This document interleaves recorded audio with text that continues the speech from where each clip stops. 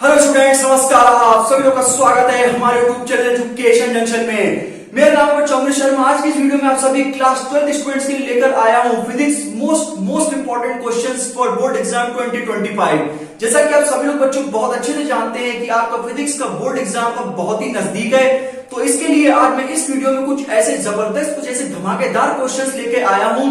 साथ ही साथ इस वीडियो में मैं आपको टॉप स्ट्रेटेजी बताऊंगा जो कि आपके फिजिक्स के बोर्ड एग्जाम के लिए बहुत इंपॉर्टेंट है। इन स्ट्रेटेजीज को आप फॉलो करके इजीली अपने फिजिक्स के सिलेबस को बहुत आसानी से कवर भी कर सकते हैं और अच्छे मार्क्स भी स्कोर कर सकते हैं। बहुत इंपॉर्टेंट वीडियो आप सभी क्लास 12 फिजिक्स स्टूडेंट्स के लिए होने वाली है, क्योंकि ए टू जेड एक्सप्लेनेशन मैं आज आपको इस वीडियो में दूंगा। जो भी मैं आपको इस वीडियो में बताऊंगा, जो भी मैं आपको इस वीडियो में समझाने की कोशिश करूंगा, उनको आप एक एक पॉइंट को मेरे लिख लेंगे और उसी के हिसाब से अपनी तैयारी को करेंगे। तो बिना किसी देरी के वीडियो को शुरू करते हैं। सबसे पहले बच्चों, मैं आपसे सिर्फ एक बात कह देना चाहता हूं कि अगर आपको फिजिक्स बोर्ड एग्जाम में अच्छा स्कोर करना है, फिजिक्स में नंबर अच्छे लाने हैं, तो इसका सबसे अच्छा मूल मंत्र, सबसे अच्छा तरीका होता है अपने सिलेबस को समझना।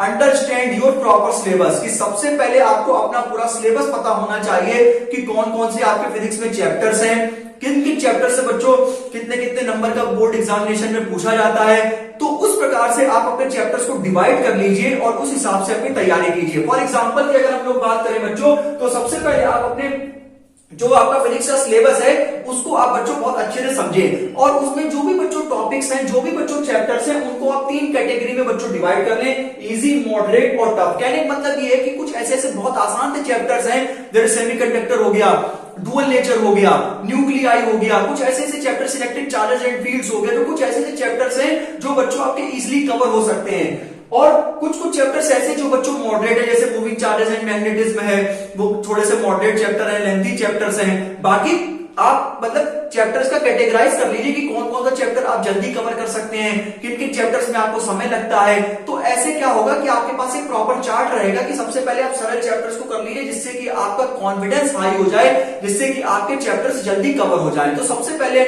मैं सिर्फ इतना कहना चाहता हूं कि अपने फिजिक्स के बोर्ड एग्जामिनेशन के सिलेबस को आप बहुत अच्छे से समझिए और उसे 3 कैटेगराइज में आप जो है डिवाइड कर लीजिए, इजी, मॉडरेट और टफ। और वो बच्चों चैप्टर्स आप खुद डिसाइड करेंगे कि आपके लिए बच्चों को कौन कौन से चैप्टर्स इजी हैं, कौन कौन से मेरे बच्चों मॉडरेट हैं और कौन कौन से बच्चों टफ है। तो सबसे अच्छा बच्चों यही है कि आप क्या करें, अपने जो सिलेबस है उसको आप बहुत डीपली समझें। अब हम बच्चों आते हैं क्लास 12 फिजिक्स के मोस्ट इंपॉर्टेंट क्वेश्चंस पे, जो कि बच्चों हूबहू आपके बोर्ड एग्जाम में पूछे जाते हैं। मैं स्टूडेंट्स बात करता हूं आपके चैप्टर करंट इलेक्ट्रिसिटी से।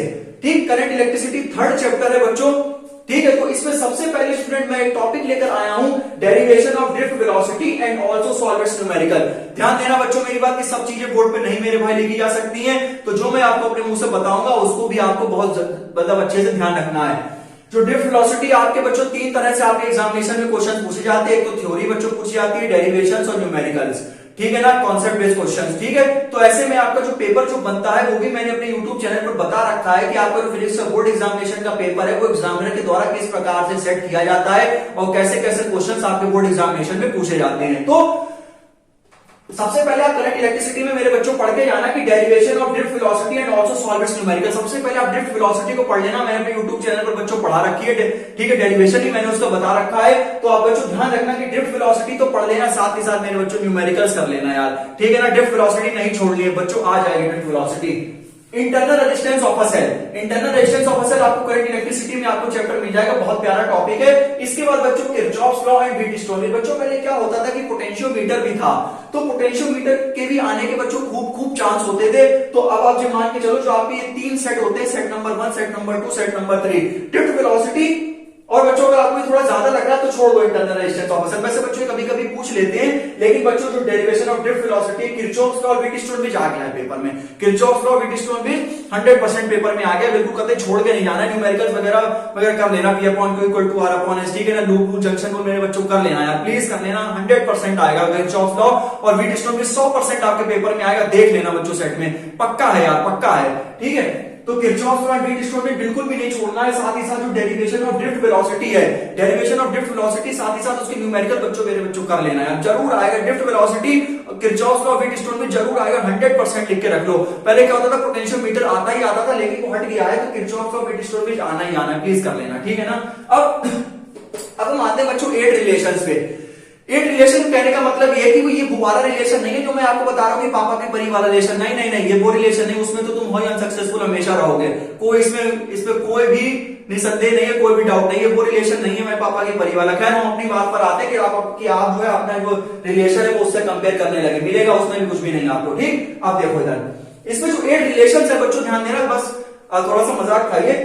इसमें एट रिलेशन में सबसे पहले आपको जो रिलेशन तैयार करना है, relation between current and drift velocity, कि आपको करंट और ड्रिफ्ट वेलोसिटी में आपको रिलेशन तैयार करना है। दो तीन लाइन के मैंने 8 के 8 रिलेशन यूट्यूब पर बच्चों पढ़ा रखे हैं, जबरदस्त तरीके से पढ़ा रखे हैं, ठीक है ना। Relation between current and drift velocity, the relation between current and relaxation time, relation between current density and drift velocity, relation between current density and resistivity, relation between current density and conductivity, relation between current density and relaxation time, relation between resistivity and relaxation time, relation between conductivity and D relaxation time. बच्चों मैंने 8 relation बच्चों करा रखे हैं, ये सीधे सीधे बच्चों आपको न्यूमेरिकल भी सॉल्व करेंगे, साथ ही साथ आपके एमसीक्यू, असर्शन, रीजन में भी, कंसेप्चुअल बेस्ड क्वेश्चन में भी, साथ ही साथ केस बेस्ड क्वेश्चन में भी आपसे कुछ इस प्रकार से पूछे जाते हैं। मोबिलिटी वगैरह बच्चों बहुत खूब पढ़ के जाना, बहुत अच्छे से पढ़ के जाना, मोबिलिटी क्या होती है। तो ये 8 रिलेशन बच्चों और Kirchhoff law of Wheatstone में बच्चों छोड़ना नहीं है, ड्रिफ्ट वेलोसिटी छोड़ना नहीं है। ये बच्चों बिल्कुल बस ये नहीं कि एक पेज के आंसर है, दो लाइन के आंसर है, सिर्फ दो तीन लाइन के आंसर, ऐसे बहुत सिंपल सी कैलकुलेशन, बेसिक सी मैथ है, बस बच्चों बहुत आराम से ये 8 के 8 मैंने पढ़ा रखे, देख लेना यार। ये 8 relation Kirchhoff law and Wheatstone में बच्चों यार मेरा पढ़ लेना, बिल्कुल कभी छोड़ना नहीं, मान जाओ यार, ठीक। अब देखो चैप्टर 5 मैग्नेटिज्म एंड मेटल। बच्चों क्या होता है कि अब जो सीबीएसई बच्चों क्या करने लगा है पिछले 2-3 सालों में, वो बच्चों case based question, concept based question बच्चों पूछता है, ठीक है ना। वो अब ये सीधे डायरेक्ट आपसे बच्चों नहीं पूछेगा, वो सीधा कंसेप्ट बेस्ड क्वेश्चन पूछेगा, स्टेटमेंट के थ्रू आपसे क्वेश्चन पूछेगा। तो तभी बच्चों आपको लगता है कि पेपर सीबीएसई द्वारा टफ बनाया जाता है। अगर बच्चों हम आपसे पहले कहते हैं, अगर आप पहले ही बच्चों मान लोगे कि पेपर कठिन आएगा, पहले से ही बच्चों डरोगे, तो ऐसे कैसे काम चलेगा यार। तो बाहर की हवा से बच्चों यार बचो यार, जो तुम्हें बाहर पढ़ा रहा है तो क्यों यार फालतू में यार, तुम कम से कम अपने ऊपर भरोसा रखो। मैंने बहुत देखा है कि फिजिक्स में बच्चों ऐसा डर बना रखा है, पता नहीं भाई, या तो आप क्या ही कहें बच्चों, बिल्कुल भी आप बस अगर अपने तैयारी करो बच्चों, आते हैं क्वेश्चन, फंसते हैं क्यों नहीं, एज इट इज क्वेश्चन आते हैं यार। जो बच्चों अप्रोच अगर आप समझ जाओ कि फिजिक्स का पेपर कैसा बनता है, आप देख लेना यार, जो question Kirchhoff law Wheatstone भी आना ही आना है, देख लेना। अभी जो और क्वेश्चन बताएंगे अपने पेपर में देख लेना, फिर आके हमें बताना यार, ठीक है ना। अब देखो अब हम बात करते हैं बच्चों चैप्टर नंबर 4 पे, मूविंग चार्जेस एंड मैग्नेटिज्म। भैया मैंने धोखे से चैप्टर 5 ऊपर लिख दिया था, खैर वो कोई इशू नहीं है, तो हम आपको पहले ये बताते हैं। Biot Savart law, Ampere circuital law, Biot Savart law, Ampere circuital law, Biot Savart law, Ampere circuital law. हम क्यों 3 बार बोलना है, आता है पेपर में। एक साल अगर पिछली साल एम्पियर सर्कुटल लॉ आया है तो इस बार बायोसेवर्ट लॉ आएगा, पिछली बार बायोसेवर्ट लॉ आया तो एम्पियर सर्कुटल लॉ आएगा। 100% देख लो भाई, अपना फरवरी को चेक कर लेना 21 तारीख को, ठीक है ना। बायोसेवर्ट लॉ या एम्पियर सर्कुटल लॉ, फिर चिल्लाएंगे बार बार बायोसेवर्ट लॉ, एम्पियर सर्कुटल लॉ, भैया पढ़ लेना, साथ ही साथ इसकी एप्लीकेशन पढ़ लेना। कौन सी एप्लीकेशन पढ़ लेना, इनफाइनाइटली लॉन्ग स्ट्रेट वायर। अब भी ये समझ में आ रहा तो हम कुछ नहीं कर सकते। समझ में आया कि भाई मूविंग चार्जेस एंड मैग्नेटिज्म में आपको बच्चों क्या क्या करना है, कि बायोसेवर्ट लॉ कर लेना मेरे भाई, और एम्पियर सर्कुटल लॉ कर लेना, साथ ही साथ में उसकी एप्लीकेशंस को पढ़ लेना। जो एप्लीकेशन जो होती है इनफाइनाइटली लॉन्ग स्ट्रेट वायर करके जाना, ठीक है ना। इसके बाद बच्चों देखो फोर्स बिटवीन पैरेलल वायर, बहुत जबरदस्त क्वेश्चन है, खास तौर से सेट 3 में ही आता है, सेट 3 में आता है, सेट तक बता दिया है, ठीक, सेट तक बता दिया बच्चों। Force between parallel wire, moving coil galvanometer आ गया, हाँ कंफर्म आ गया, मूविंग कॉइल गैल्वेनोमीटर एक सेट में रखा है, ठीक है। Conversion of ammeter into voltmeter, voltmeter into ammeter conversion पूछा जाता है, चाहे शॉर्ट में पूछा जाए, ठीक है ना। या तो मूविंग कॉइल गैल्वेनोमीटर पूछा जाता है, या फिर उसका कन्वर्जन जो है एमीटर टू वोल्टमीटर, और फिर you can say that voltmeter to ammeter, ठीक है ना। मूविंग कॉइल गैल्वेनोमीटर आगे, फोर्स बिटवीन पैरेलल वायर खास तौर से सेट नंबर 2 में आता है बच्चों, मेरे भाई करके जाना। बायोसेवर्ट लॉ, एम्पियर सर्कुटल लॉ बच्चों आ गया एक सेट में कंफर्म हो गया बच्चों। बताइए बिल्कुल रट के जाना, बेहतरीन से पढ़ के जाना, बहुत अच्छे से डायग्राम के थ्रू बच्चों समझाना एग्जामिनर को। साथ ही साथ उसकी जो एप्लीकेशन है, force between parallel wire set 2 में हो गया, और मूविंग कॉइल गैल्वेनोमीटर सेट 3 में होगा, बात खत्म हो गई। बस अब लिख के रख लेना, ये बात देख लेना, सेट 1 सेट 2 सेट 3 आता ही आता है। कुछ क्वेश्चन बच्चों मेरे बच्चों ऐसे होते हैं फिजिक्स में जो आने ही आने, तुम भाई लिखवा के रख लो, और तुम अपने एक बोर्ड एग्जाम में वो क्वेश्चन देख लेना, चाहे बच्चों पेपर कितना भी टफ बन जाए, वो बच्चों आते ही आते हैं क्वेश्चन। अभी बात बताओ, गॉस लॉ का नहीं आता है, गॉस लॉ एप्लीकेशन आता ही आता है, चाहे कितना कठिन पेपर बने वो आना ही आना है। गॉस लॉ जो है उससे कंसेप्ट बेस्ड क्वेश्चन न्यूमेरिकल्स उस पे आना ही आना है, इनफाइनाइटली लॉन्ग वाला आना ही आना है भाई। तो चाहे कितना कठिन पेपर बन जाए, कितना कंसेप्चुअल बेस बन जाए, तो गॉस लॉ को तोड़ना छोड़ दोगे मेरे भाई, गॉस लॉ आना ही आना है, ठीक है ना। अब देखो मेरे बच्चों, अब बात आती है मैग्नेटिज्म एंड मैटर की। बहुत खूबसूरत चैप्टर है, इसके लिए हम आपको बताते हैं कि bar magnet as equivalent as solenoid की, जो bar magnet as equivalent as solenoid और bar magnet as equivalent to solenoid करके जाना कि बार मैग्नेट बाय सोलेनॉइड की तरह क्या है, मतलब उसका पढ़ के जाना, ठीक है। इसके बाद magnetic field intensity due to a magnetic dipole along its axis and perpendicular की भाई हम जब मैग्नेटिक फील्ड इंटेंसिटी निकालते हैं मैग्नेटिक डायपोल की, तो हम मतलब क्या निकालते हैं, मतलब उसके एक्सिस के थ्रू निकालते हैं और एक परपेंडिकुलर के थ्रू निकालते हैं। बच्चों ये टॉपिक आ जाता है, ठीक है ना, ये इसका डेरिवेशन डायरेक्ट आ जाता है, सही है ना। इसके बाद बच्चों फील्ड प्रॉपर्टी, देखो देखो देखो ध्यान दो ध्यान दो इसमें, देखो इसमें डायमैग्नेटिक, फेरोमैग्नेटिक और पैरामैग्नेटिज्म, मतलब डायमैग्नेटिज्म, पैरामैग्नेटिज्म और फेरोमैग्नेटिज्म। बच्चों ये जो आपके सामने तीन मैंने जो नाम लिए हैं, इनको बच्चों ऐसे पढ़ लेना कि मतलब एक पॉइंट इसको ना छोड़ना, 10 बार पढ़ना टॉपिक।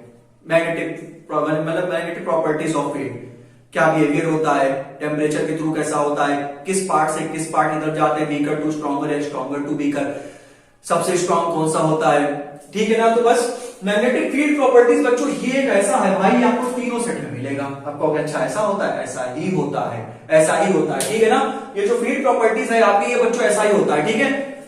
डाया, पैरा और फेरोमैग्नेटिज्म बच्चों आती कंफर्म आती भाई। अगर आपके ये ऊपर वाले टॉपिक्स अगर ये दो बच्चों को धोखे से भी छूट जाए, पहली बात तो मेरे बच्चों छोड़ना नहीं, लेकिन अगर ये टॉपिक अगर तुम छोड़ देगा तो कम से कम तुम अपने 3-4 नंबर पहले ही माइनस करा लोगे, क्योंकि ये बच्चों एमसीक्यू में भी आता है और ये कंसेप्ट बेस्ड क्वेश्चन में बनता है, साथ ही केस बेस्ड क्वेश्चन भी इससे बहुत पूछे जाते हैं। प्लीज प्यारे बच्चों छोड़ना नहीं। तभी मैं फील्ड प्रॉपर्टीज को मैंने लिखा है ताकि आप बच्चों अच्छे से समझ जाओ कि 3 तरह की होती है। बच्चों पढ़ के जाना यार, प्लीज पढ़ के जाना। अर्थ मैग्नेटिज्म को थोड़ा बहुत देख लेना, लेकिन फिलहाल वो सिलेबस में नहीं है, सॉरी अर्थ मैग्नेटिज्म नहीं है सिलेबस में, ठीक है ना। फील्ड प्रॉपर्टीज को मेरे बच्चों यार छोड़ना नहीं प्लीज यार, ठीक कर लेना, ये तुम्हारे पेपर में आ गया है। अब देखो चैप्टर नंबर 6 बहुत ईजी चैप्टर है।